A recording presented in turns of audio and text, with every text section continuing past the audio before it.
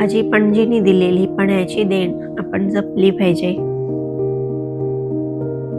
इथे मी 4 कैऱ्या साल काढून घेतलेल्या आहेत.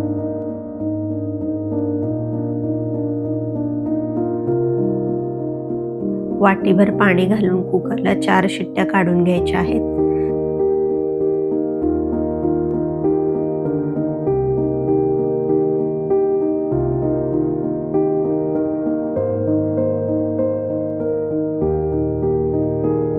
आता उकडलेली कैरी तुम्ही पाहू शकता किती मऊ झाली आहे. मिक्सरच्या भांड्यामध्ये गर काढून घ्यायचा. बिया बाजूला काढायच्या आहेत.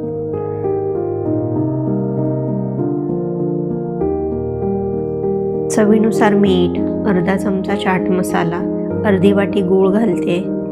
कैरीच्या आंबटपणावरती गुळाचं प्रमाण ठरवायचं आहे. 5 ते 6 पुदिन्याची पानं घालायची आहेत.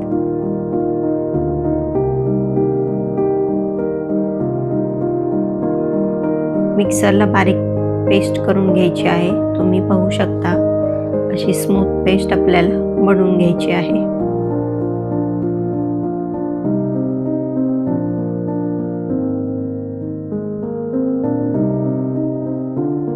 गरजेनुसार थंड पाणी घालायचं आहे.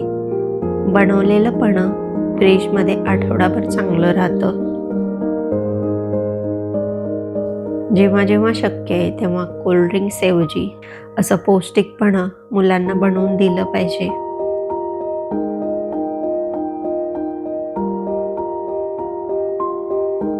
कैरीचं पणं कसं वाटलं नक्की सांगा. भेटूया लवकरच. तोपर्यंत काळजी घ्या, घरच्यांसोबत स्वतःचीही.